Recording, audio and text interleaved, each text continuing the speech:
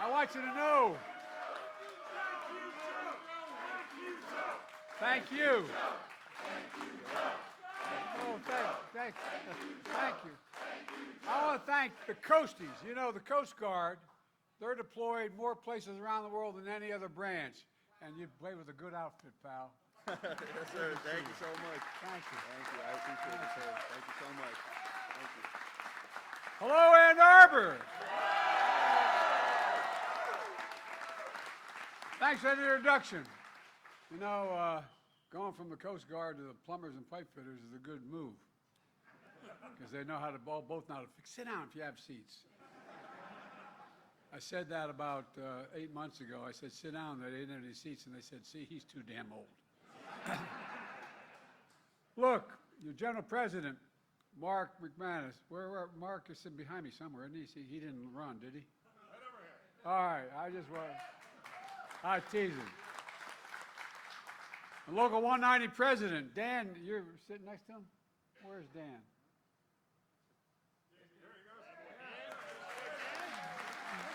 Danny, you're allowed to be up with us, you know, man. You're trying to avoid us. I get it. Look, plumbers and pipe fitters have been with me since the beginning. For my whole career, I've either been too young or too old, never in between. I got elected when I was 29 years old in a right-to-work state called Delaware that we changed. And guess what? Plumbers and pipe fitters are the fourth union that ever endorsed me when I was a 29-year-old kid running for the Senate.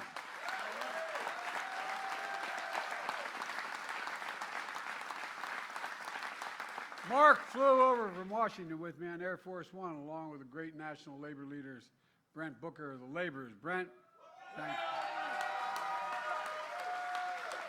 Sean McGarvey, Building Trades. Gwen Mills, Unite Here.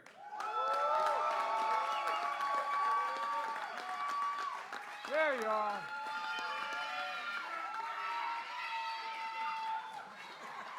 Well, by the way, we were talking about Gwen and I on the plane. She flew out with me. You know, I've heard the word, my dad used the word more than any other adjective, dignity. All these workers bust their neck. They provide our ability to sleep and walk and work and do anything. And they deserve to be treated with dignity. And that's exactly what she's doing.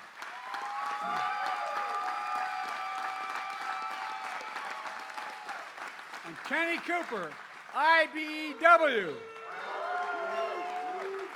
Oh, I'll tell you what, man. Kenny was the first one to stand up for me in 2020.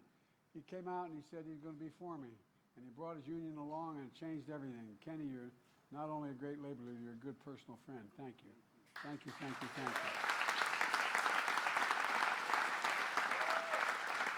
And not that it matters to you, but it mattered a hell of a lot to me. The first union that ever endorsed me as a 29-year-old kid.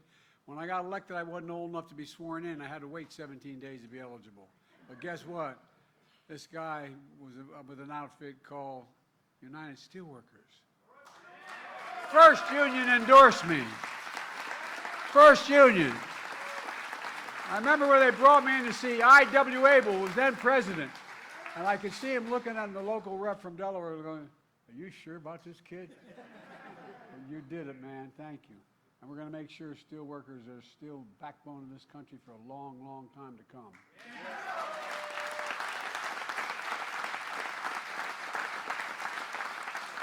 Folks, what a great way to cap off a Labor Day week.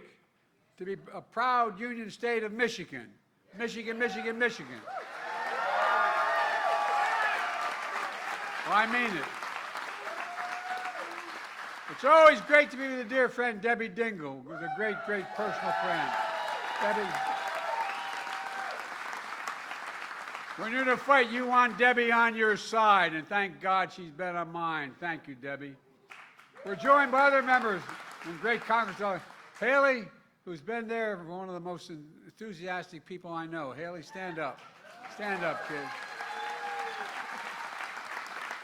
And Sheree, who's doing an incredible job. Where is Sheree? She's out there somewhere. There he is. Come on. Stand up, man, because otherwise they'll think your son's the congressman.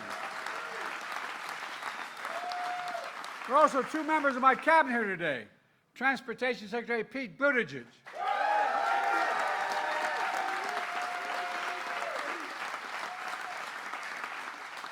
And Acting Labor Secretary Julie Su.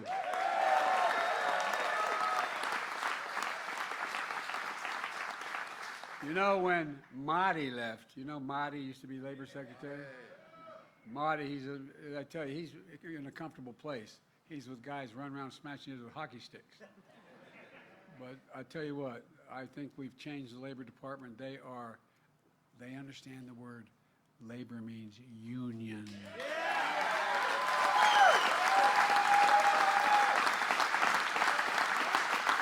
They make this administration the most pro-union administration in the history of the United States of America, period. That's why we're growing. It is. Look, a lot of politicians have trouble saying the word union. It ain't worker, it's union. Union. Kamala and I know how to say the word and back to look, we know a simple truth. Wall Street did not build America. The middle class built America. When I started saying this years ago, the press looked at me like I was nuts, but guess what? I may be nuts, but I'm right. Not only did the middle class build America, you built the middle class. That's a fact. Labor unions built the middle class.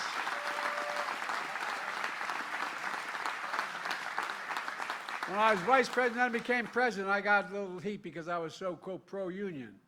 In fact, I asked the Treasury Department to do a study and it shows that when union workers do well, every worker in America does better. Everybody does better. And by the way, it's the biggest reason why our economy is the strongest economy in the entire damn world. And that's not hyperbole. That's a fact. It all comes down to something my dad taught me, and I mean it sincerely. My dad ran an automobile agency in his last 20 years, and he'd come home for dinner before he went back and shut things down. Didn't own it. He was a manager. And our dinner table was a place we had conversation and incidentally ate. And my dad had an expression. He said, Joey, a job, and I mean, give me my word to this. He said, a job is about a lot more than a paycheck. It's about your dignity. It's about your place in your community. It's about being able to look your child in the eye and say, honey, it's going to be okay, and mean it. I mean it. It's not a joke.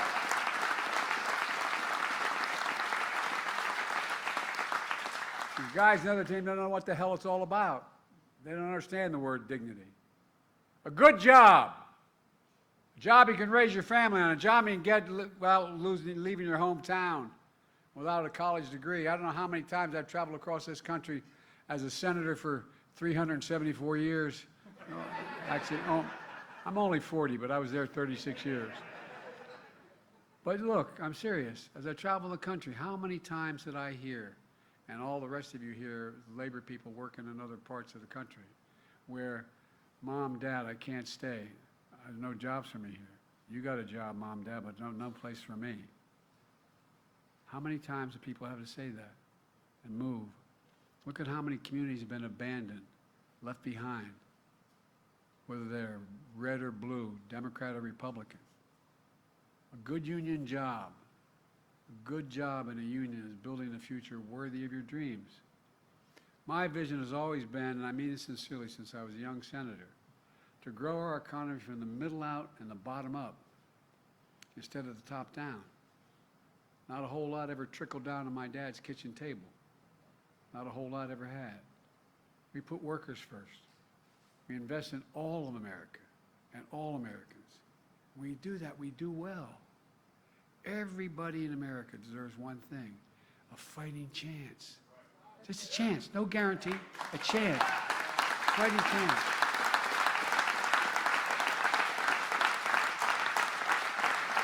And that's why Kamala and I are so proud of our record. The greatest job creation record of any single presidential term in American history, because of you. Earlier today, we learned the economy created another 142,000 jobs last month.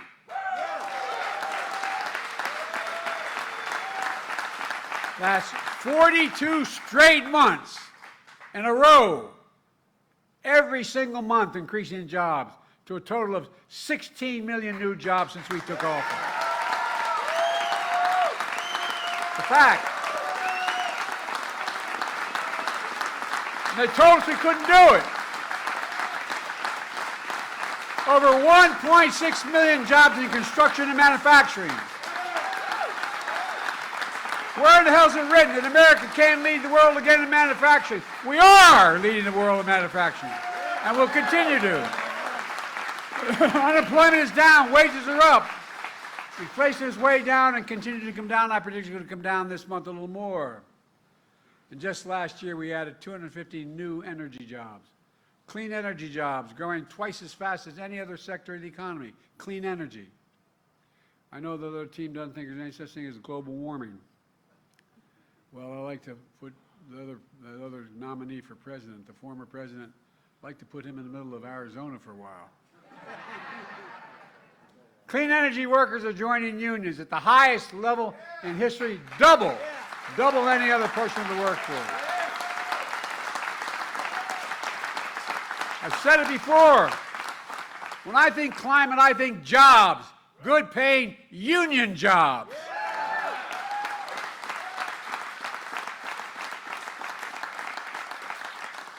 I tried for years. One of the first things I did when I became president was protecting the pensions of 1 million union workers and retirees when I signed the Butch-Lewis Act.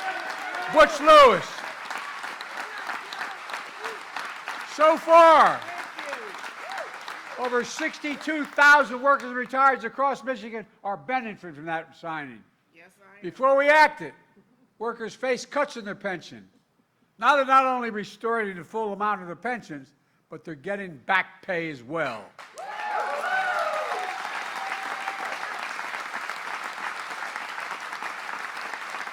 Where I come from, my family, we're making them whole again. It's a big deal, but let's be clear. Every Democrat in the Michigan delegation voted to protect those pensions, led by Debbie and others. But hear me now. Every single Republican in your delegation voted against protecting those pensions. Every single one. No, I'm serious. Not a joke. Every one. I've been around a long time in politics. It used to be Democrats and Republicans. We'd argue like hell, but we'd work out compromises. But every one. Vice President Harris had to cast a tie-breaking vote in the United States Senate to make this pension bill real. Folks,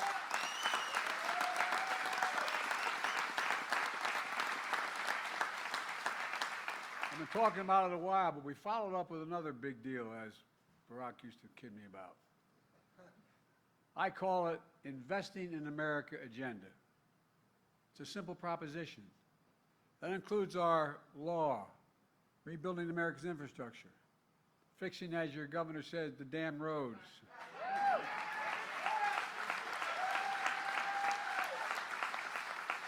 My predecessor, who's seeking office again, promised Infrastructure Week every week in the 4 years he was president. And he never built a damn thing. Not one thing. Not a joke. Not one. Well, Kamala and I have made sure Michigan receives so far, $10.9 billion for 2,000 projects so far. Roads, bridges, removing lead pipes from homes and schools, clean drinking water, delivering affordable high-speed internet to every Michigander. And the number's still growing. We're just getting started. That bill I got passed and said that Biden couldn't do it, guess what? $1.3 trillion over 10 years. And we reduced the budget at the same time. And guess what? With your support, I signed an executive order to make sure that the largest federal construction projects that are being built in America are built with project labor agreements. You all know what that is. But for folks at home who don't know what a project labor agreement is the contractor, the subcontractor, the unions put in place the conditions for the construction before it begins. These agreements make sure construction is top-notch, on time, on task, and on budget. It's a big deal for a big project like Sioux Locks in the Upper Peninsula that your two great senators, Debbie and Gary Peters, are instrumental in delivering. We're investing $693 million to build better locks, accommodate bigger shipping vessels, carry more products to market, get them there cheaper, and throughout the Great Lakes. It's already created hundreds of jobs, hundreds of union jobs, with more to come. But here's another big deal. Buy American. It's been the law of the land since the 30s, when the Republicans at the time under Roosevelt were trying to break unions and allow the companies to come in and crush them, prevent them happening. They passed laws relating to union movements and how they could not be interfered with. Well, but it also had a provision in it no one paid much attention to, that every penny a president is authorized to spend on any project that the Congress gives the money for has to go to doing two things: hiring an American worker and using the American product. Only time you could not use an American product or an American worker is when there was one available, they didn't have the particular product. Well, guess what? Guess what? It was honored in the alternative. Only about 20% of all the money we spent went to hiring union labor, or forget union, hiring American labor, and using American products. Past administrations, including my predecessor, failed to buy American. You know why? They went overseas for cheaper labor. They supported companies sending, no, I'm not joking, think about it. Well, you said it better than I can. But here's the deal, they did. They sent it overseas because labor was cheaper and they'd import the product. Not anymore, not on my watch. Not on Kamala's watch either. We buy American. And we're making sure federal projects, building American roads, bridges, highways, were made with American projects, built by American workers, creating a good living and American jobs. In fact, I'm requiring many of these kinds of projects to pay Davis-Bacon prevailing wage, increasing pay for 1 million workers over time. And many of these jobs don't require a college degree. In fact, Kamala and I expanded registered apprenticeships. Remember when the company said, we'll take care of the apprenticeship program? As they say in Southern, you done good with that, didn't you? Registered apprenticeship resulting in the hiring over, just since we did it. Remember all the heat we got for doing it. Well, guess what? Hiring over 1 million apprentices since we came to office. 1 million, just since we came to office.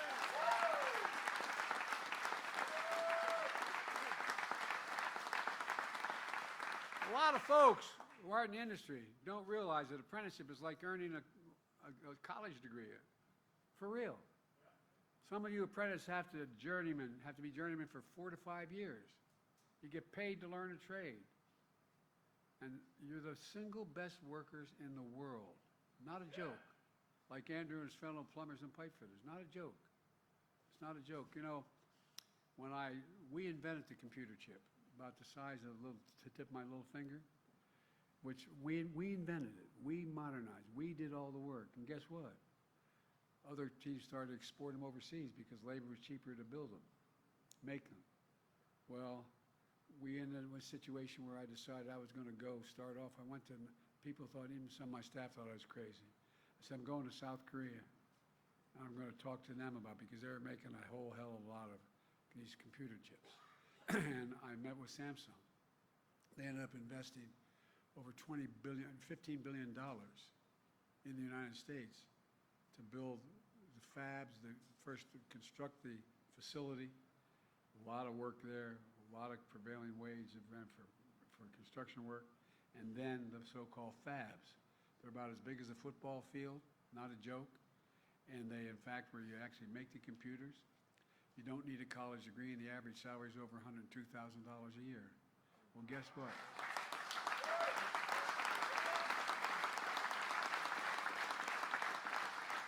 So I asked Samsung, why were they coming in that? By the way, it's well over $50 billion being invested coming from abroad. I said, why are you coming back to the United States? He said, simple reason. Not a joke. This is from the chairman of the board of Samsung. Because you have the most qualified workers in the world. No joke. That's real, not a joke. And it's the safest place in the world for me to invest my money. But here's the deal, guys. We're not going to see it for a little bit because it takes time to build those factories. None of them are open yet. But there are going to be millions of people working in those factories. And guess what? Once that starts, you're going to create entire communities around them. When you build a factory that has 500,000 people working in that factory, and they're making good money, guess what? You end up building drugstores, movie theaters, supermarkets. You end up building communities around it. No, I really mean it. And by the way, 50% of all the business in America is small business. Small business. So look, when Common Alive came in, we always believed that the National Labor Relations Board should be pro-labor. Well, that's why one of the most significant things we've done is appointing a National Labor Relations Board members who actually believe in unions and the right to negotiate.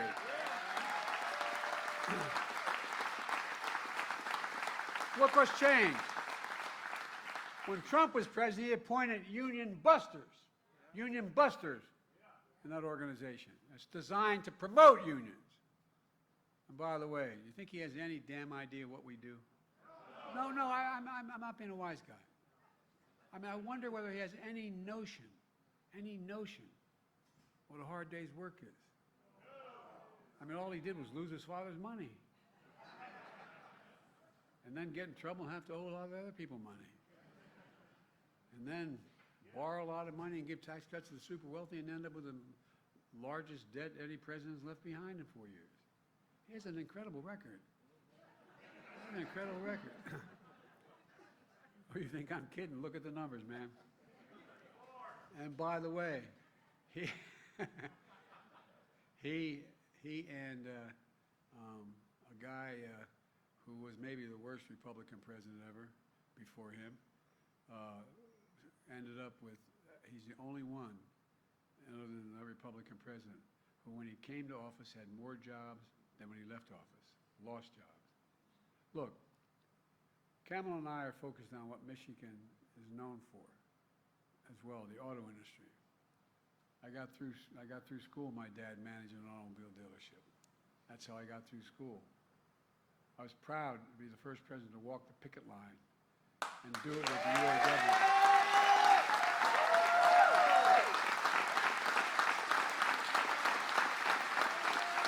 Walk the picket line with UAW workers here in Michigan. And Kamala walked it as well. But Trump would much rather cross a picket line than walk one. Look, the UAW's historic wage increase have led to virtually every automaker across the country to raise wages as well. They're not only unions, with recent hardworking success, from the SEIU to the writers and actors, dock workers, healthcare workers, baristas, warehouse workers, and so many more. We've made a lot of progress, but we still have more to do. That's why we're here today. In a few minutes, I'm going to sign another groundbreaking executive order. It's called the Good Jobs Executive Order. For the first time in our history, the official policy of a presidential administration is to specify a clear list of higher labor standards for jobs created through my Investing in America agenda. And here's what my executive order will do. For jobs created using federal dollars, Good Jobs Executive Order will call on a federal agency to protect the workers, the power of the workers, to encourage the free and fair choice to join a union. My executive order goes on to call on federal agencies to include high labor standards in grants that we give, prioritizing projects that pay wages you can raise a family on and provide benefits like child care. Right now, Davis-Bacon prevailing wage only applies to construction jobs, and construction jobs are booming. My executive order, though, promotes federal policies to raise wages beyond construction, all across the manufacturing sector, because manufacturing is booming. My executive order will also strengthen the pipeline of good jobs. It'll promote policies to create more registered apprenticeships, pre-apprenticeships, and other job training programs that don't require a college degree, that put young people on a pathway to getting the skills for good-paying union jobs. And finally, my good jobs executive order will level the playing field for underserved communities, ensure everyone gets a fair shot at a job. That means elevating the best practices to prevent discrimination and bias in hiring, protect the safety of workers. It all matters. Kamala and I are going to hold federal agencies accountable by creating a task force led by the Secretary of Labor, by the Director of National Labor, the National Economic Council, to make sure we fully implement this new job order, create jobs executive order, excuse me. The ideas are just common sense.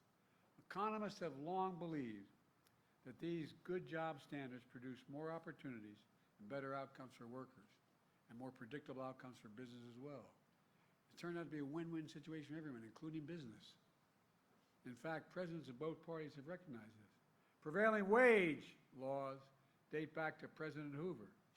Registered apprenticeships date back to Franklin Roosevelt. But too many presidents like my predecessor have looked the other way as companies trample on the rights of workers while cashing in their big government checks. But not anymore.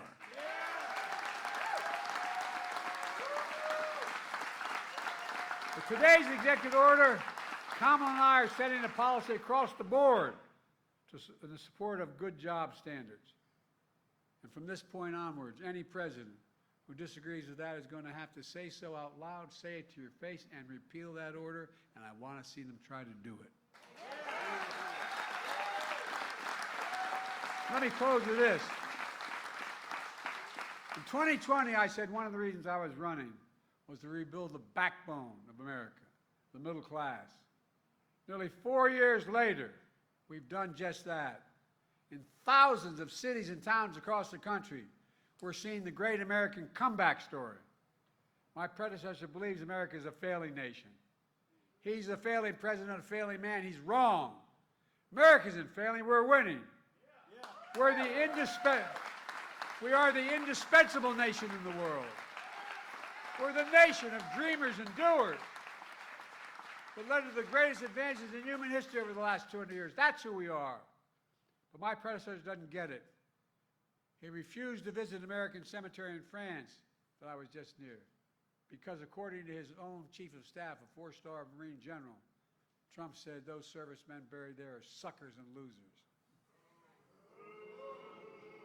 My son died because of a year in Iraq. I'm just happy, and I mean this out of my heart. I'm glad I wasn't there.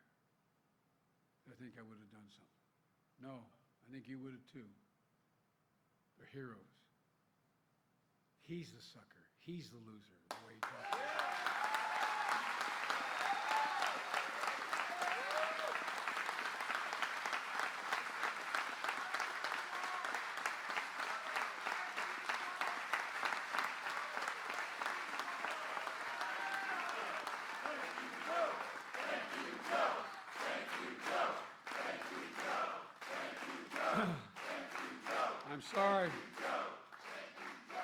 I'm sorry to get emotional about that,